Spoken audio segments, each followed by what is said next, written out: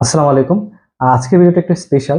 কারণ হচ্ছে আজকে যে বিষয় নিয়ে কথা বলবো, সে বিষয়টা হচ্ছে একবারেই খুবই স্পেশাল। কারণ ইতিমধ্যেই যারা কৃষিগুচ্ছে ভর্তি হয়েছে এবং যারা হচ্ছে ভর্তি হবে আসলে, তাদের জন্য আজকের এই ভিডিওটি। প্রথমত বলে নেই যে কৃষিগুচ্ছের ১০ম মাইগ্রেশনের পরে আরেকটি অপেক্ষমান তালিকা প্রকাশিত হয়েছে। এটা আসলে অপেক্ষমান তালিকা না, এখানে প্রায় ১০,০০০ জন শিক্ষার্থীর একটা লিস্ট প্রকাশ করেছে। অর্থাৎ আগে যারা হচ্ছে অপেক্ষমান তালিকায় ছিল না, যেমন ধরো 85, 86, 87, 88 এরকম মার্কস পেয়েছো, মানে 80+ মার্ক পেয়েছো, কিন্তু তুমি অপেক্ষমান তালিকায় তোমার নাম ছিল না, আর ভর্তির জন্য বিবেচিত হয়নি। জাস্ট এটা ছিল তোমার জন্য এই ভিডিওটা, এবং তোমাদের জন্য আসলে কি করণীয় সেইটা নিয়ে কথা বলবো। তো সবাইকে রিকোয়েস্ট করবো, যারা অভিভাবক বৃন্দ আছেন, একটু ভিডিওটা শেয়ার করে দিন। কারণ আপনার ছেলে মেয়ে হয়তো ভর্তি হয়েছে কিংবা হবে, যেন অন্যজন ভর্তির সুযোগ পায়। সেই জন্যই হচ্ছে রিকোয়েস্ট করা, যেন তারা হচ্ছে ভর্তির সুযোগ পায়। এবং যারা কৃষি হচ্ছে পরীক্ষা দিয়েছিল, সবাইকেই একটু মেনশন করার জন্য প্রত্যেককে অনুরোধ করব। তো চলো আজকে ভিডিওতে কথা বলি আজকের বিষয়টা নিয়ে। তো প্রথমত বলে নেই যে আগে হচ্ছে প্রায় অপেক্ষমান তালিকা থেকে ৭,১০০+, ৭,১২৪ জনের মতো প্রায় মেবি সাবজেক্ট পেয়েছিল। তো ওরা সবাই, যারা যারা গিয়েছিল ভর্তি হওয়ার জন্য, সবাই ভর্তি হতে পেরেছে। এর পরবর্তীতে যারা ভর্তি হয় নাই, বা হচ্ছে আহ, এর পরবর্তী যারা ছিল আসলে, তাদেরকে নিয়ে এবং হচ্ছে যারা অপেক্ষমান তালিকায় নাম আসে নাই, তাদেরকে নিয়ে হচ্ছে প্রায় আরো ১০,০০০ জন শিক্ষার্থীর একটা লিস্ট প্রকাশ করেছে কৃষিগুচ্ছ। তো এই ভর্তি পরীক্ষাটা আসলে মানে এই যে লিস্ট প্রকাশ করা, এটা আসলে এখনো ফাইনাল করে নাই যে মানে ভর্তিটা কিভাবে নেবে।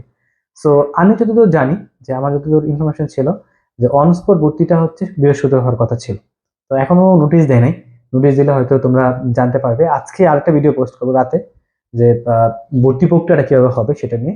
তো এখন ১০,০০০ জন শিক্ষার্থী মানে লিস্টে নাম আছে, এখন সবাইকে তাহলে সাবজেক্ট পাবে, এই যে একটা বিষয়, এই বিষয়টা একটু তোমাদের কাছে ক্লিয়ার করি।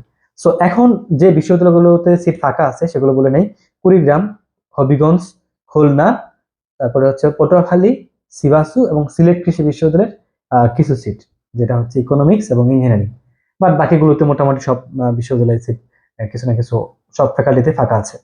সো এই যে ভার্সিটির কথা বললাম, এই ভার্সিটিগুলোতে আসলে তোমার ১০,০০০ জন শিক্ষার্থীদের লিস্ট প্রকাশ করেছে। এদের মধ্য থেকে আবার শর্টিং হবে, সবাই যে ভর্তি হবে বিষয়টা কিন্তু এমন না।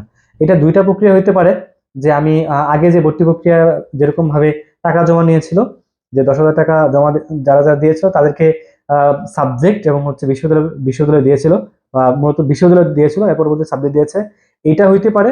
অথবা এদের মধ্য থেকে আবার আগ্রহ প্রকাশ, যে আপনি কি ভর্তি হতে ইচ্ছুক কিনা, এটা অপশন চালু করতে পারে। তো এটা আমরা রাতের মধ্যে জানতে পারবো।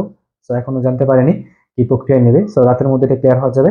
তো যাই হোক না কেন, তো তোমাদের যারা বন্ধু বান্ধব আছে, যারা কৃষি করছে পরীক্ষা দিয়েছিল, যারা আসলে মানে হতাশায় ভুগতেছিল, আরেকটা বিষয়, সেটা কিন্তু হচ্ছে যে এদের মধ্যে যারা সাবজেক্ট চয়েস দিয়েছে বা দেয় নাই, প্রত্যেকের নামে কিন্তু লিস্টে আছে। সাবজেক্ট চয়েস যারা দেও নাই বা দিয়েছিল, প্রত্যেকের নামে কিন্তু লিস্টে আছে, ঠিক আছে?